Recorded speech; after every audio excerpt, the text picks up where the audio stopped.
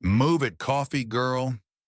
Colonel Richard Brooks's voice boomed through the Pentagon hallway as he shoved past the small woman struggling to navigate through the crowd of officers heading toward the briefing room. The white porcelain cups on her tray clinked against each other like metal striking metal in the Afghan desert night. "Sorry, sir," Morgan West whispered, her brown eyes fixed on the polished marble floor. Her Army combat uniform bore the wrinkles of an overnight shift, and her worn boots created a soft scuffing sound against the pristine surface.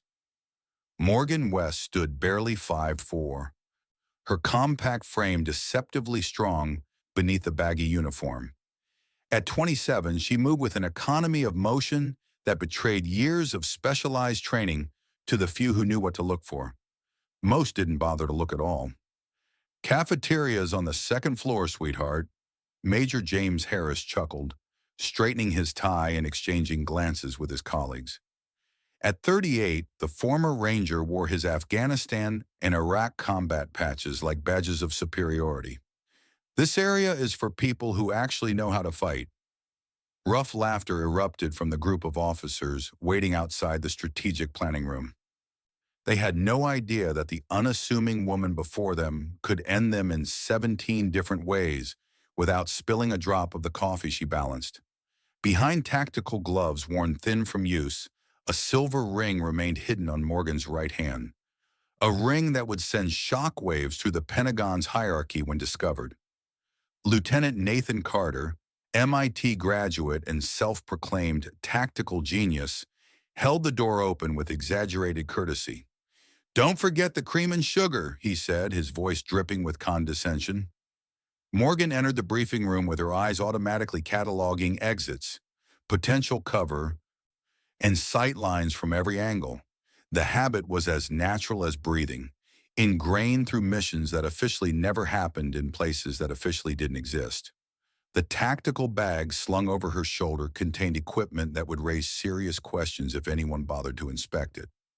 A military-grade satellite phone with encryption capabilities that civilian contractors weren't supposed to have access to, and a ruggedized tablet designed for battlefield conditions.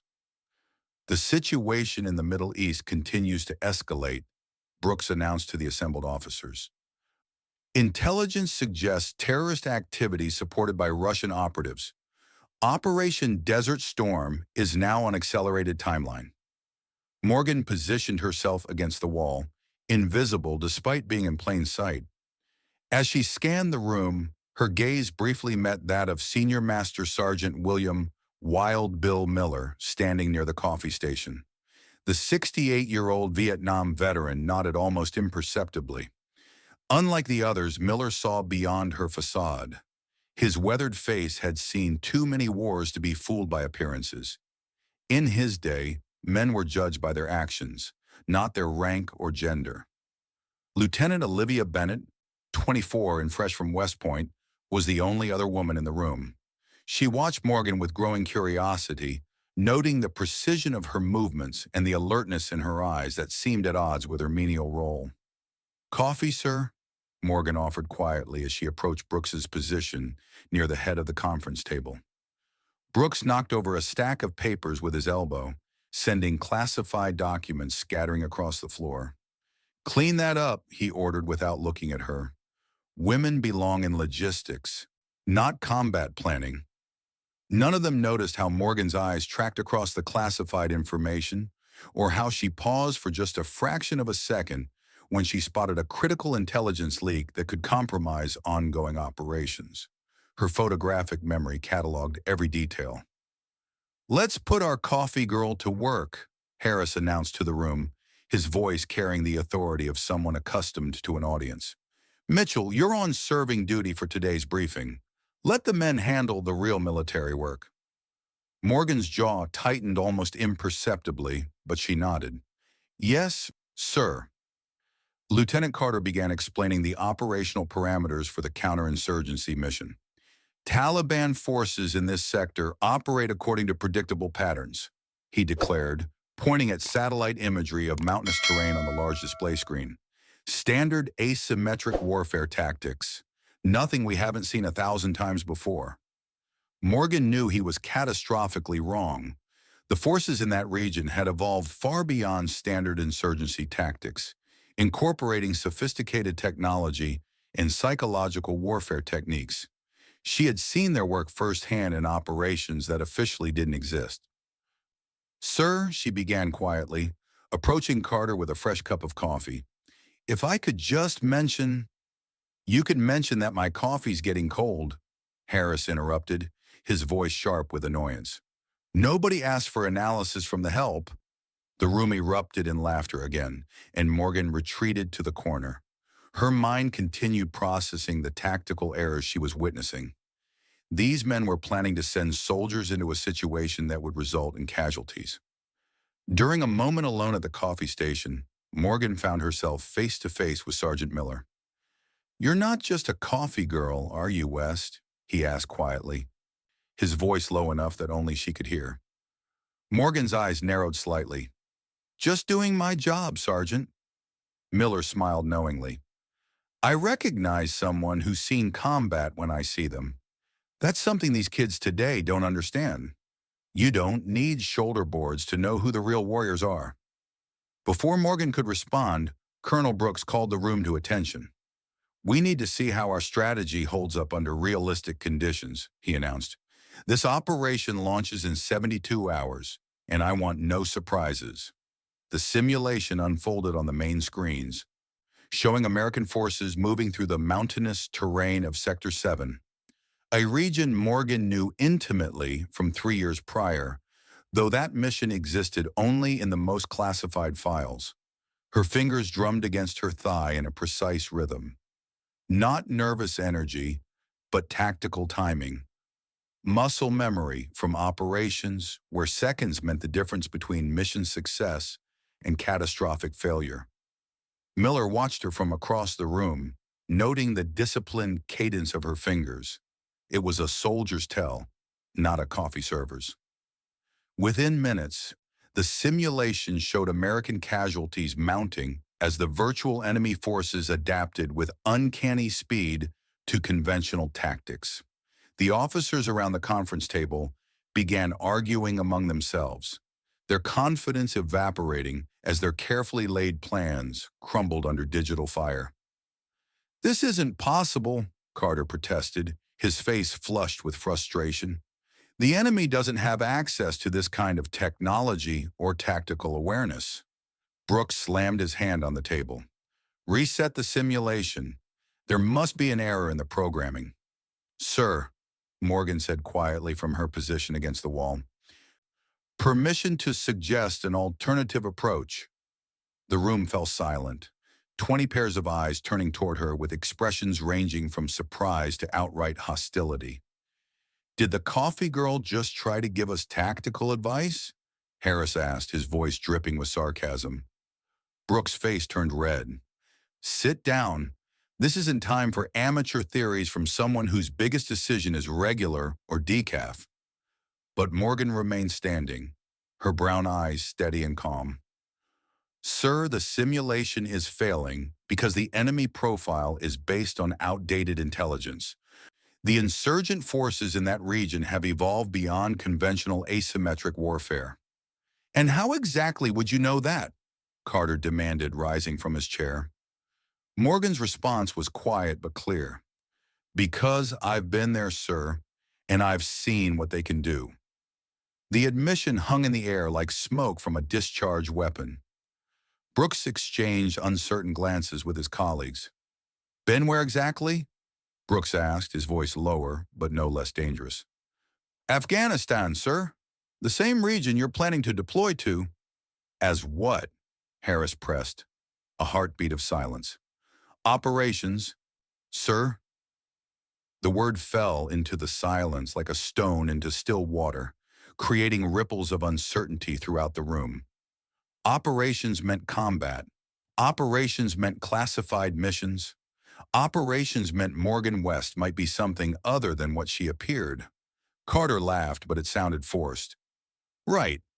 And I suppose you single-handedly won the war over there."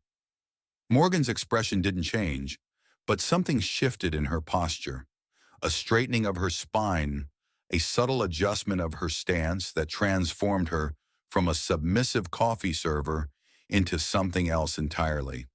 "No, sir," she said quietly. "But I did learn how to recognize when American soldiers are about to walk into a trap." The simulation continued to unfold on the main display, showing American forces pinned down in a mountain pass with no clear extraction route. Casualties mounted with each passing minute of simulated time, and the officers around the conference table grew increasingly agitated.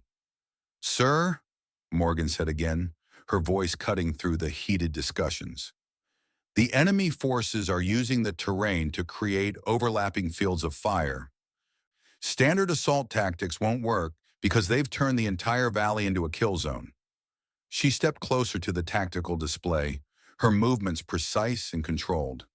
"These positions provide visual command of the valley floor, but they're vulnerable to flanking maneuvers if you approach from the northeast. The terrain analysis shows a series of ravines that aren't visible in satellite imagery." The room fell silent as the officers studied the map. Morgan's analysis was detailed, specific, and demonstrated a level of tactical understanding that went far beyond what any support personnel should possess. "How do you know about these ravines?" Olivia asked quietly. Morgan met her eyes for a moment. "Personal reconnaissance, ma'am." "When?" Brooks demanded. "That's classified, sir." The three words sent a chill through the room. Classified meant black ops. Classified meant missions that didn't appear in official records. Classified meant Morgan West had just revealed herself as something far more dangerous than a coffee server. Brooks's retort was cut short by the shrill sound of emergency alarms blaring throughout the building. Red lights bathed the corridor in an ominous glow as automated voices announced, "All personnel to emergency stations. This is not a drill. Repeat, this is not a drill." Brooks grabbed the secure phone. "Command, this is Colonel Brooks. What's our situation?" The response crackled through the speakers, filled with static and tension. "Sir, we have a catastrophic failure in the field operation. Enemy forces have jammed all communications with the patrol, and satellite imagery shows significant hostile movement converging on their position." Morgan's hands moved instinctively to her tactical bag, checking equipment she hadn't touched in months. Years of training overriding conscious thought. "Options," Brooks demanded. "Limited, sir. Weather conditions have grounded air support, and ground reinforcements are 6 hours out. The patrol team is effectively cut off." Carter leaned over the communication console, his face pale with strain. "Can we re-establish contact through alternative channels?" "Negative. All standard communication protocols have been compromised." Morgan stepped forward, her movement fluid and decisive. "Sir, I can reach them." Brooks spun around, his expression incredulous. "What?" "I can establish communication with the patrol using non-standard frequencies, channels that aren't monitored by conventional enemy surveillance." "How the blazes would you know about non-standard frequencies?" Harris demanded. Morgan's response was interrupted by another urgent transmission. "Command, be advised. We're picking up signs of an imminent large-scale attack on the patrol position. If we don't extract them within the next 30 minutes, they won't survive." 3 American soldiers were about to die in a foreign desert while their commanders debated protocol. "Sir," Morgan said, her voice cutting through the tension, "I need access to the secure communication array and authorization to implement emergency extraction protocols." Brooks laughed harshly. "You need authorization, lady. You serve coffee. You don't extract soldiers from combat zones." "Actually, sir," Morgan replied with deadly calm, "I do."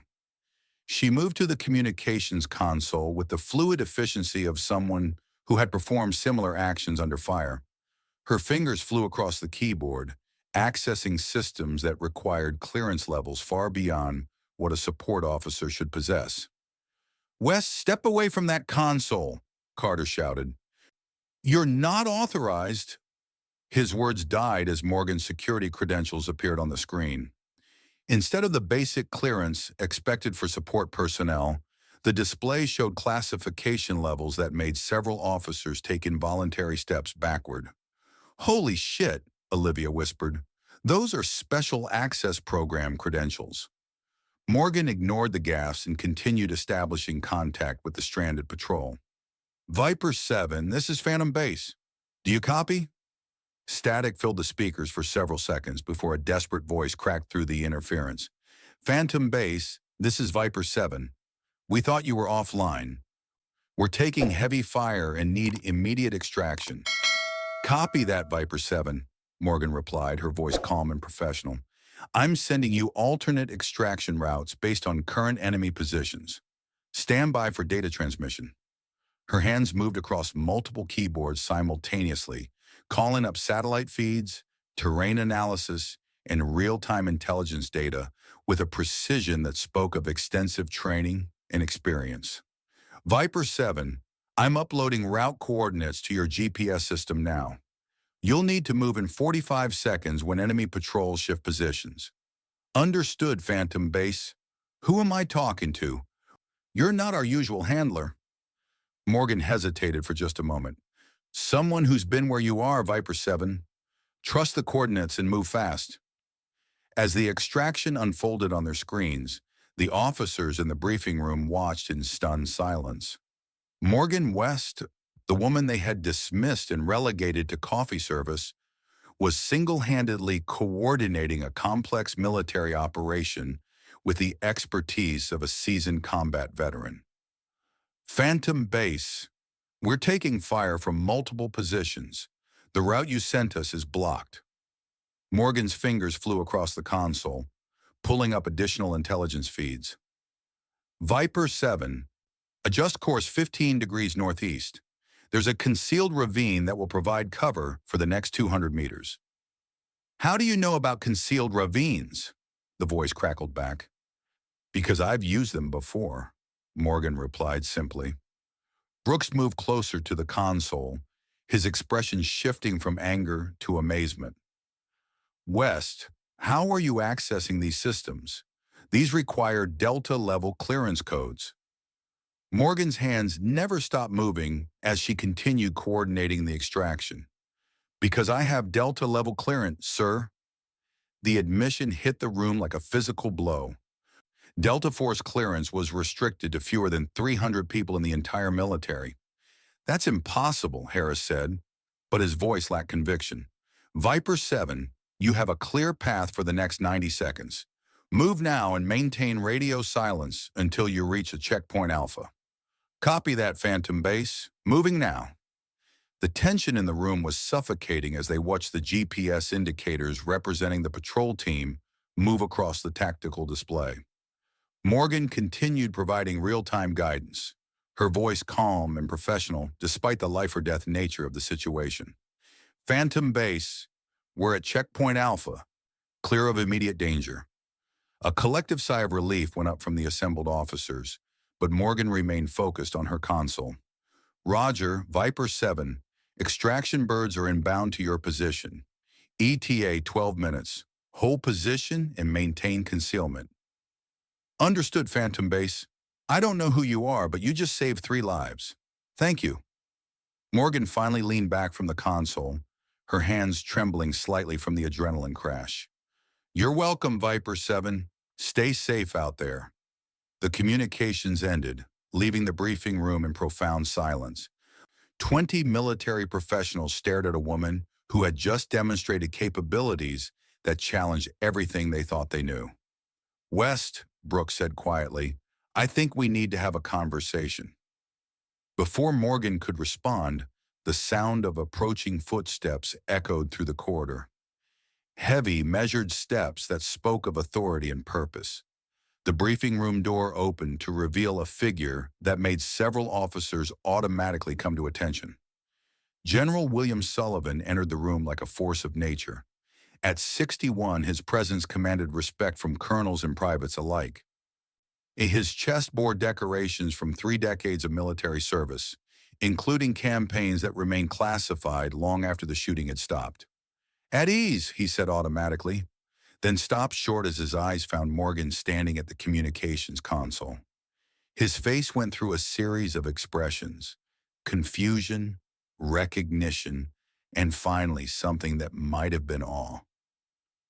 "Gentlemen," Sullivan said slowly, never taking his eyes off Morgan, "I need to speak with Captain West alone." "Sir," Brooks protested, "with respect."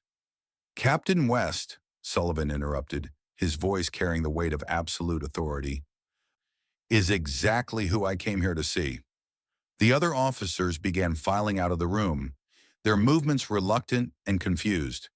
Olivia paused at the door, looking back at Morgan with an expression of profound curiosity, but Sullivan's steady gaze convinced her to leave with the others. When the room was empty except for Morgan and Sullivan, the general approached the communications console where she still stood. "Hello, Morgan," he said quietly. "Hello, General," she replied, her voice steady despite the storm of emotions behind her eyes. Sullivan studied her face for a long moment. 3 years. 3 years. We thought you were dead." "That was the intention, sir. The funeral was beautiful, full military honors. I gave the eulogy myself." Morgan's expression didn't change. "I hope you said nice things." Sullivan's laugh was short and sharp. "I said you were the finest soldier I'd ever commanded. I said you had given everything for your country, including your life." His eyes locked with hers. "I wasn't lying about the first part." He gestured toward the console where Morgan had just saved 3 lives. "And now I'm looking at a ghost who just saved 3 soldiers using skills that officially don't exist."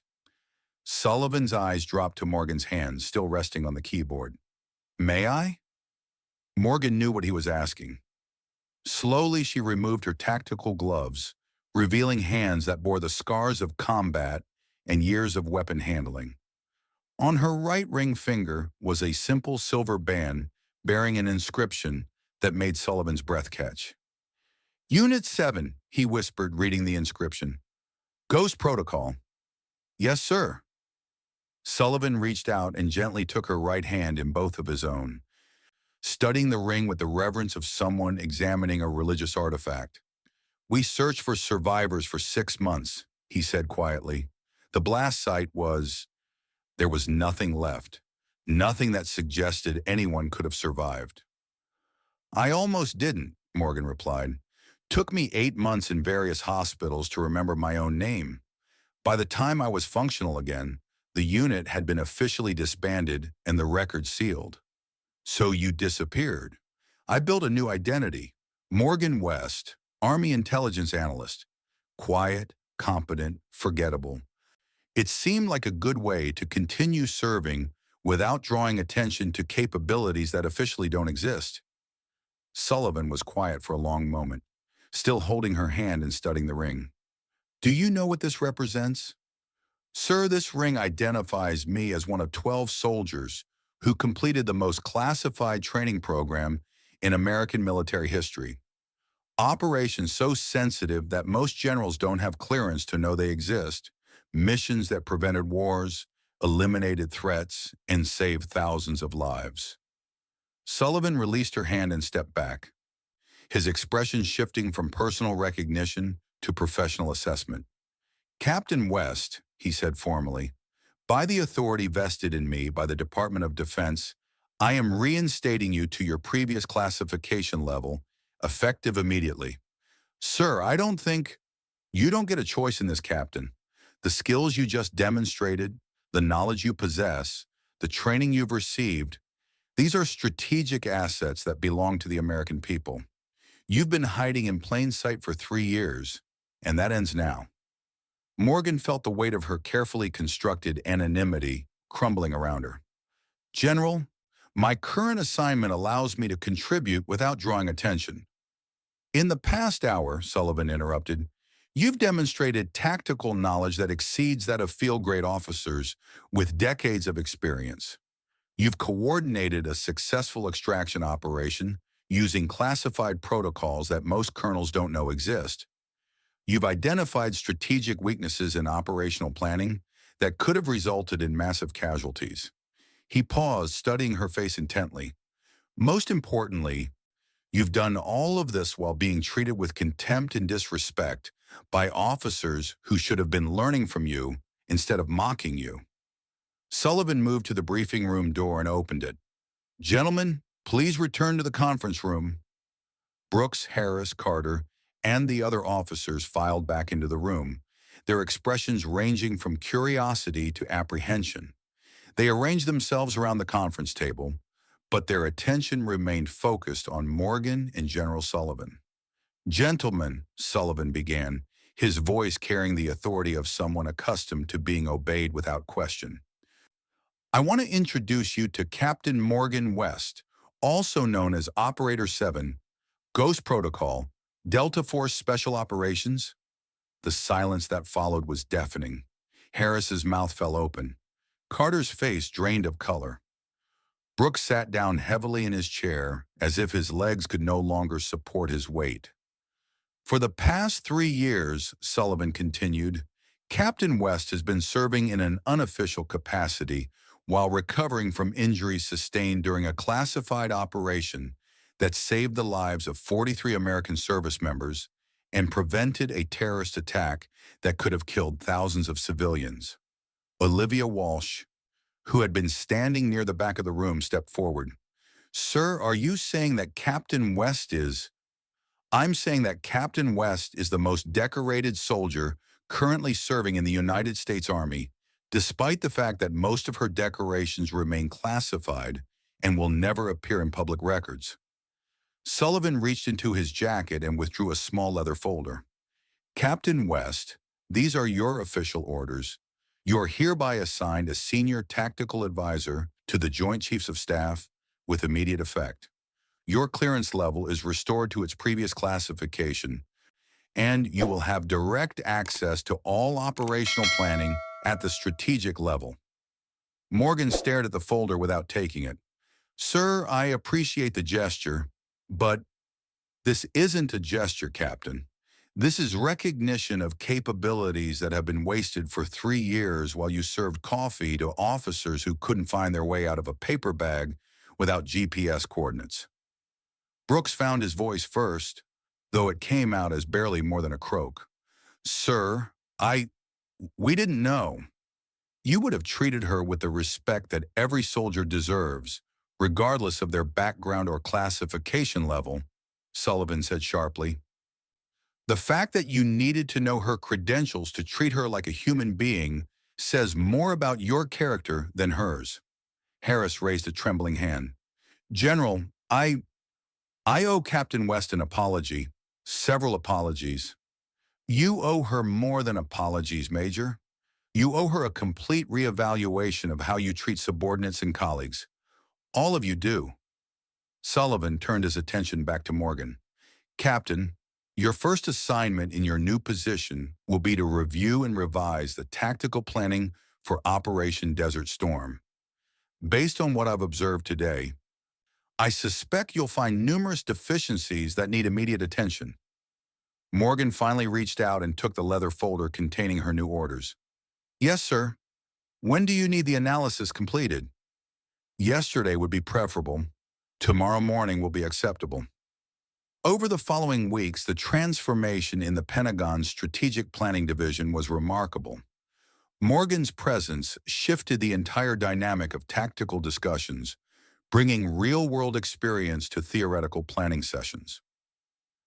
Brooks requested a transfer to a training command where his leadership style might be more appropriate for managing new recruits rather than experienced professionals. Harris underwent sensitivity training and emerged as one of Morgan's most dedicated supporters, often citing her tactical innovations in his own presentations.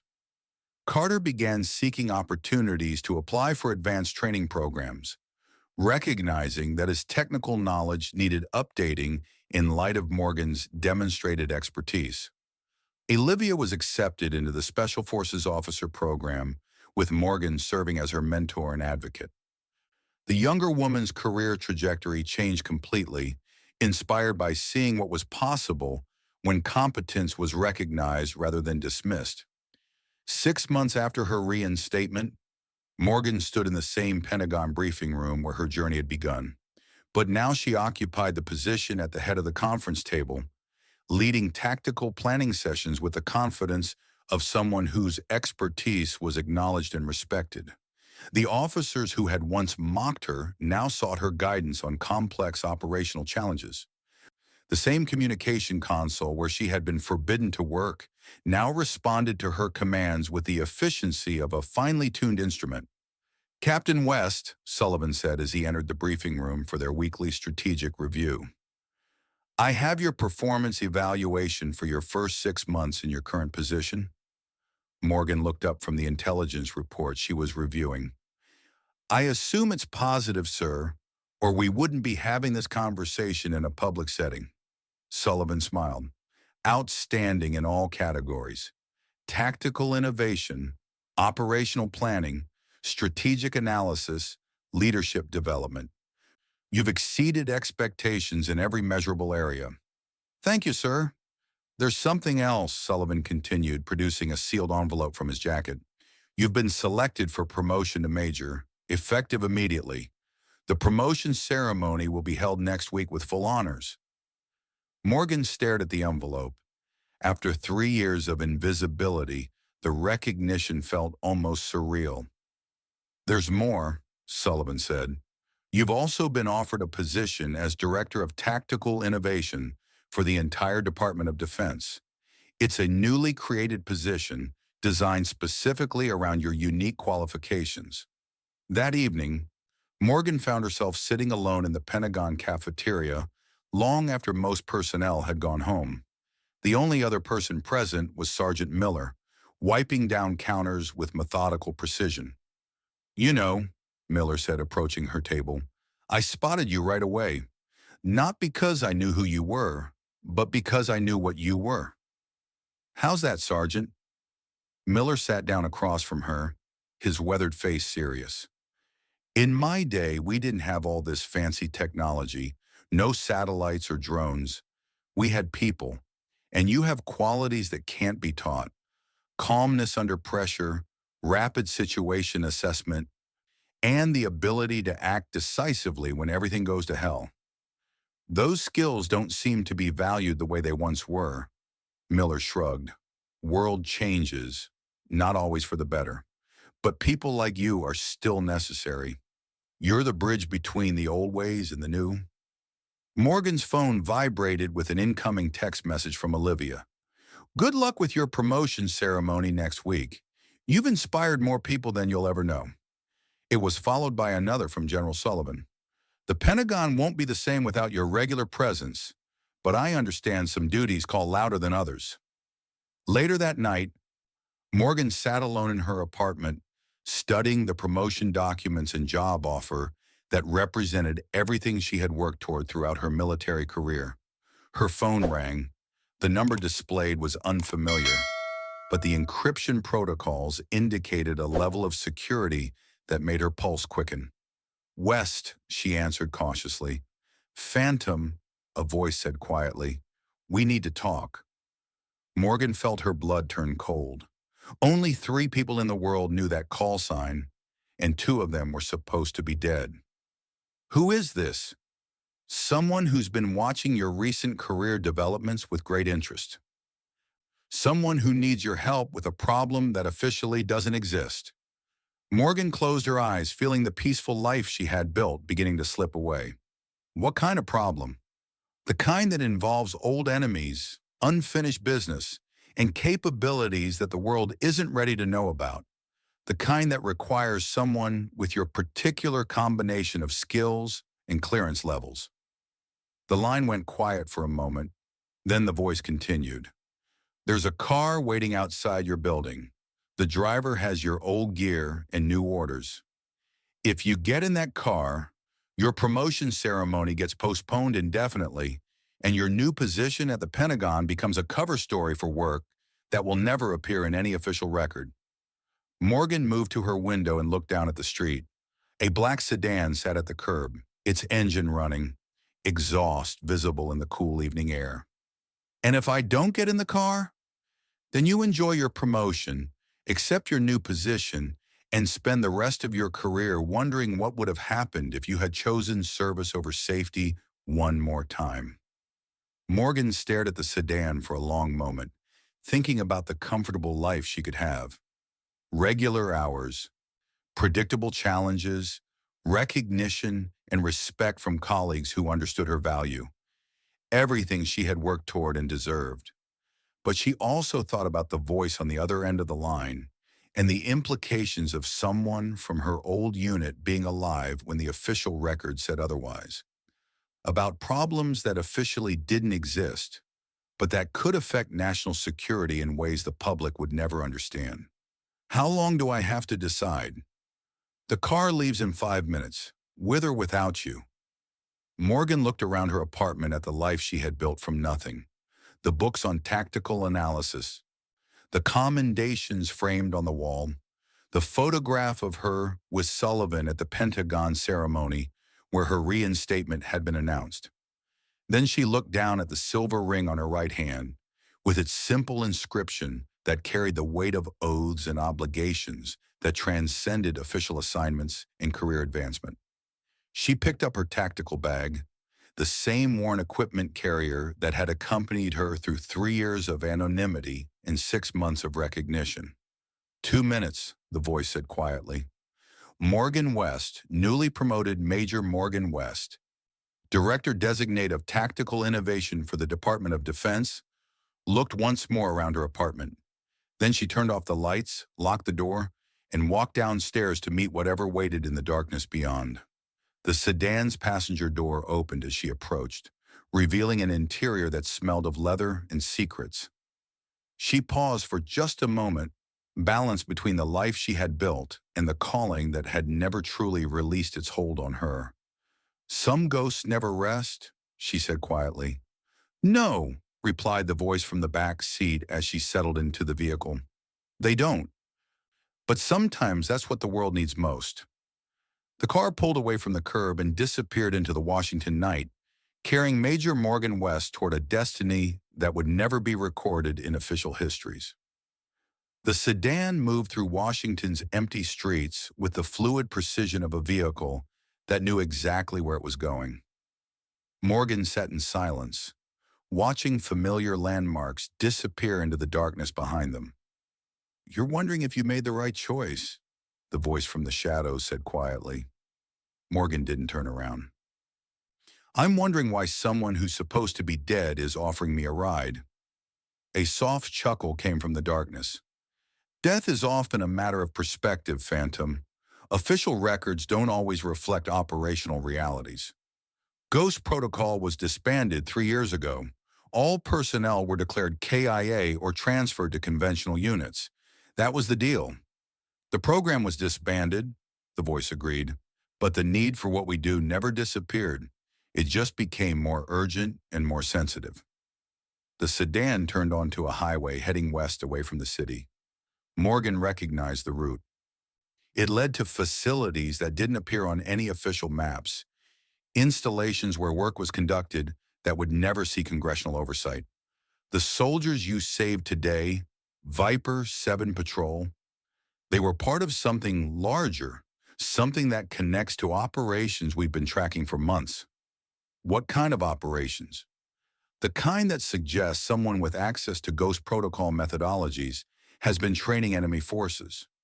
Someone who knows our capabilities, our procedures, our weaknesses. Morgan felt ice forming in her stomach. That's impossible. There were only 12 of us, and officially, 11 are dead, and one has been serving coffee in the Pentagon for 3 years. But intelligence suggests otherwise. The sedan stopped in front of a compound that looked like a private retreat but felt like a military installation. Security was present but subtle, the kind of protection that suggested important work being conducted inside. "Welcome back to the world that officially doesn't exist," the voice said as Morgan stepped out of the sedan. The building's interior was a fusion of high-tech command center and comfortable meeting space. Multiple screens displayed real-time intelligence from around the world, while comfortable seating areas suggested this was a place where complex decisions were made over long periods. "Morgan West," a familiar voice called from across the room. "It's been a long time."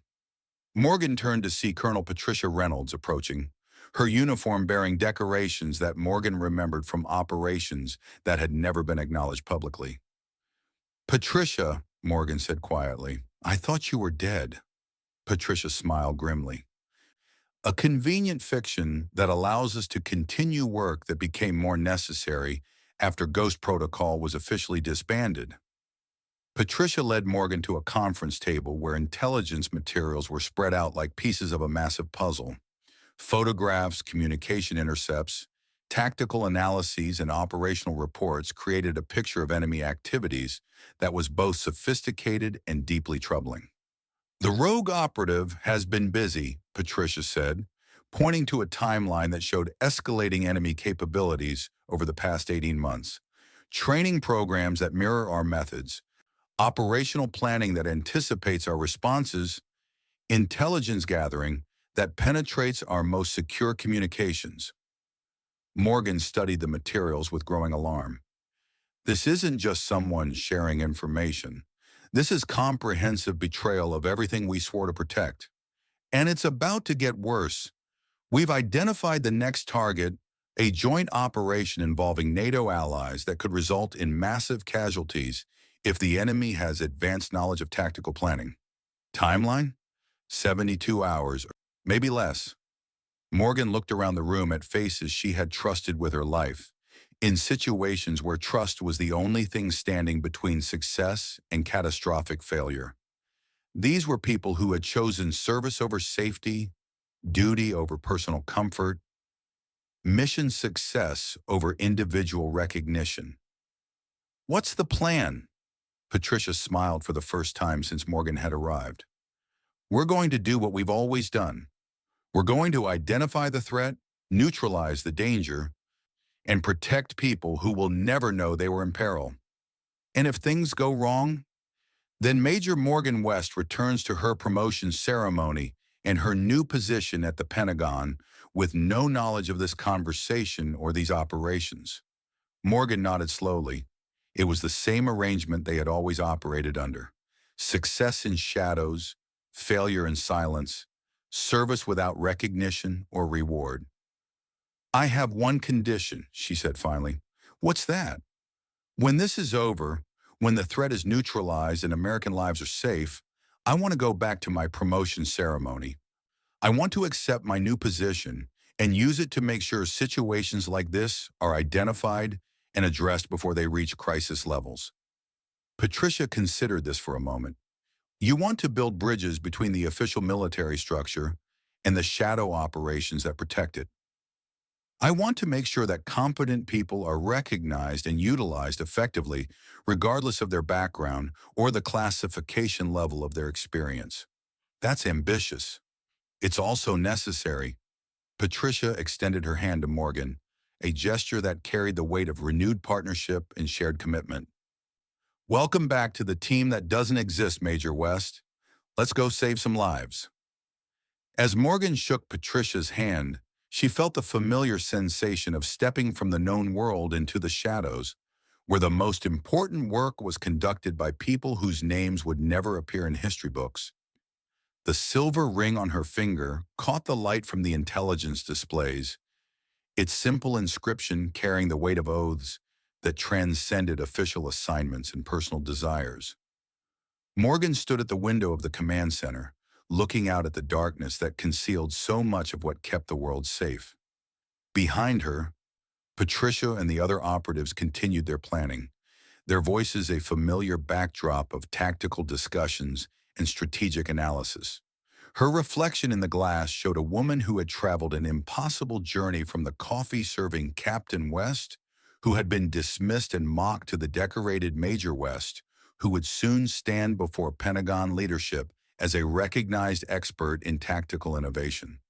But the reflection also showed something deeper, a soldier who had finally found the balance between service and recognition, between capability and acknowledgement.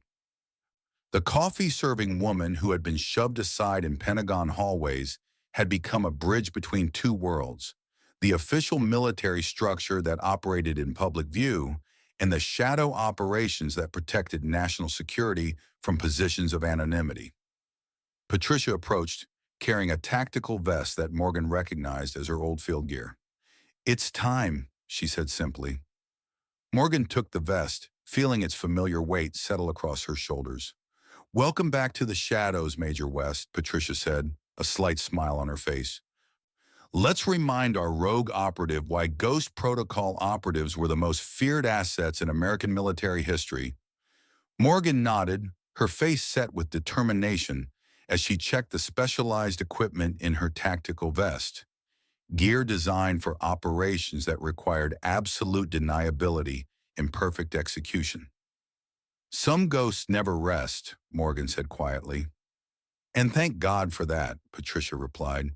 "The world needs its guardians, even if it never knows their names."